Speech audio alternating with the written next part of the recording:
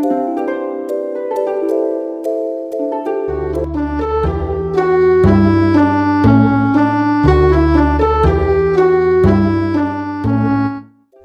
friends, അപ്പം chicken chukka തയ്യാറാക്കാനായിട്ട് ഞാൻ 1 കിലോ ചിക്കൻ ആണ് എടുത്ത് വെച്ചിരിക്കുന്നത്. നന്നായിട്ട് കഴുകി വെച്ചിരിക്കുന്നതാണ്. പിന്നെ നമുക്ക് ഇതിലേക്ക് വേണ്ടത് ഞാൻ 3 വലിയ സവോള വളരെ തിന്നായിട്ട് അരിഞ്ഞിട്ട് ഇതുപോലെ ഒന്ന് വറുത്തെടുത്തിട്ടുണ്ട്. വറുത്ത് കഴിയുമ്പോൾ ഇതുപോലെ നല്ല ബ്രൗണിഷ് ഡാർക്ക് ബ്രൗൺ കളർ ആകുന്നിടം വരെ വറുത്തെടുക്കണം. 1/2 ടീസ്പൂൺ മഞ്ഞൾപ്പൊടിയും 2 ടീസ്പൂൺ മുളക് പൊടി, 1 ടീസ്പൂൺ ഗരം മസാല, 1.5 ടീസ്പൂൺ കുരുമുളക് പൊടി എടുത്തിട്ടുണ്ട്. പിന്നെ ഇത് കൂടാതെ കുറച്ച് കറിവേപ്പിലയും 1 ടീസ്പൂൺ ഇഞ്ചി വെളുത്തുള്ളി പേസ്റ്റും എടുത്തിട്ടുണ്ട്. ആവശ്യത്തിന് വെളിച്ചെണ്ണ എടുത്തിട്ടുണ്ട്. പിന്നെ നമുക്ക് ഉപ്പ് വേണം. അപ്പോൾ ഇത് ചിക്കൻ ചുക്ക തയ്യാറാക്കുന്നത് വെളിച്ചെണ്ണയിലാണെങ്കിൽ കൂടുതൽ ടേസ്റ്റി ആയിരിക്കും. വെളിച്ചെണ്ണയിൽ തന്നെ തയ്യാറാക്കാനായിട്ട് ശ്രദ്ധിക്കണം കേട്ടോ. ഞാനൊരു ബൗൾ എടുത്തിട്ടുണ്ട്. ചിക്കൻ ഇട്ട് കൊടുക്കാം.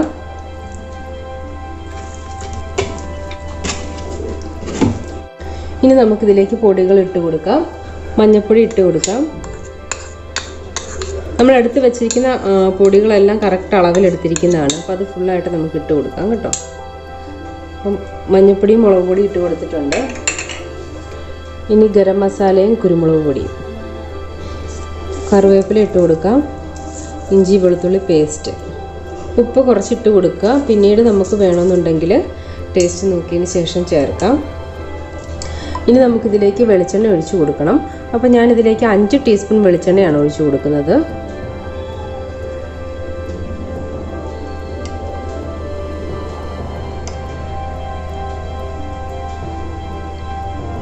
ഇനി ഇതിലേക്ക് നമ്മൾ വറുത്ത് വെച്ചിരിക്കുന്ന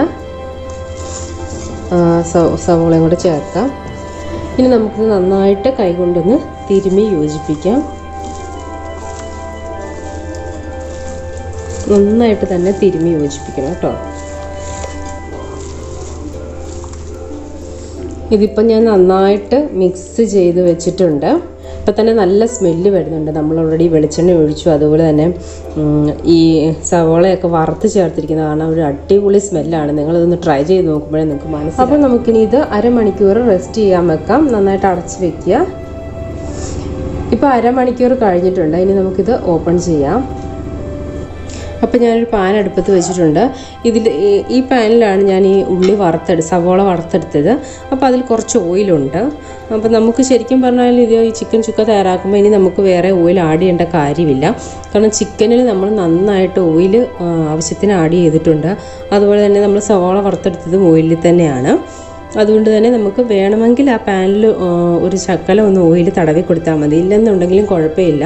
അപ്പോൾ എൻ്റെ ഇതിൽ കുറച്ച് ഓയിലുണ്ട്. അതുകൊണ്ട് ഞാൻ വേറെ ഓയിൽ ഒഴിക്കുന്നില്ല. നമുക്ക് ചിക്കൻ ഇതിലേക്ക് ഇട്ട് കൊടുക്കാം. നമുക്കിതിലേക്ക് വെള്ളമൊന്നും ആഡ് ചെയ്യേണ്ട കാര്യമില്ല. ചിക്കൻ വെന്ത് കഴിയുമ്പോൾ അതിലെ വെള്ളം ഇറങ്ങി തന്നെ ഇത് നല്ല ടേസ്റ്റി ആയിട്ട് വരും. അപ്പോൾ ഇത് നമുക്കിന് ഇങ്ങനെ ഒന്ന് ഇളക്കി കൊടുക്കണം. കാരണം എന്താണെന്ന് ചോദിച്ചാൽ ചിക്കൻ എല്ലാ ഭാഗത്തും നന്നായിട്ട് ചൂടെത്തുന്നിടം വരെ നമ്മളൊന്ന് ഇളക്കി കൊടുക്കണം കേട്ടോ. എന്നിട്ട് അതിന് ശേഷം മാത്രം നമുക്ക് മൂടി വെച്ച് വേവിക്കാം.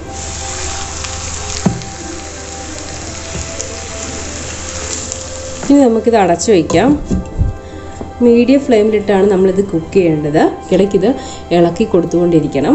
അങ്ങനെ വേണം നമ്മളിത് ചിക്കൻ ചുക്ക തയ്യാറാക്കിയിട്ടെടുക്കാൻ. അപ്പോൾ ഇടയ്ക്ക് നമ്മളൊന്ന് ഇളക്കി കൊടുക്കണമെന്ന് ഞാൻ പറഞ്ഞല്ലോ. ഇപ്പം തന്നെ ചിക്കനിൽ നന്നായിട്ട് വെള്ളം വന്നിട്ടുണ്ട് കണ്ടോ. ചിക്കനിൽ നമ്മൾ ശകലം പോലും വെള്ളം ഒഴിച്ചിട്ടില്ലായിരുന്നു.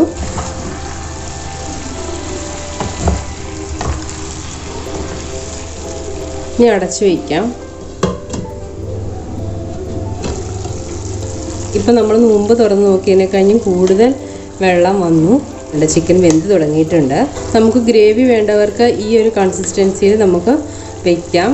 ഫ്ലെയിം ഓഫ് ചെയ്തിട്ട് ഉപയോഗിക്കാം. കാരണം ചിക്കൻ വെന്ത് വന്നിട്ടുണ്ട്. അല്ലാത്തവർക്കാണെങ്കിൽ കുറച്ച് ഡ്രൈ ആയിട്ട് വേണ്ടവർക്ക് കുറച്ച് സമയം കൂടെ വെച്ച് ഈ ഗ്രേവിയൊക്കെ ഒന്ന് നന്നായിട്ട് വറ്റിച്ചെടുക്കണം. നല്ല ബ്ലാക്ക് കളറിലാണ് വന്നിരിക്കുന്നത്. നമ്മുടെ സവാള നല്ലതായിട്ട് നമ്മൾ നല്ല മൂപ്പിച്ചെടുക്കുന്നതാണ്. അതിൻ്റെ ആ ഒരു കളറൂടെ വന്നു കഴിഞ്ഞിട്ടത്തേക്ക് അടിപൊളിയായിട്ടുണ്ട്.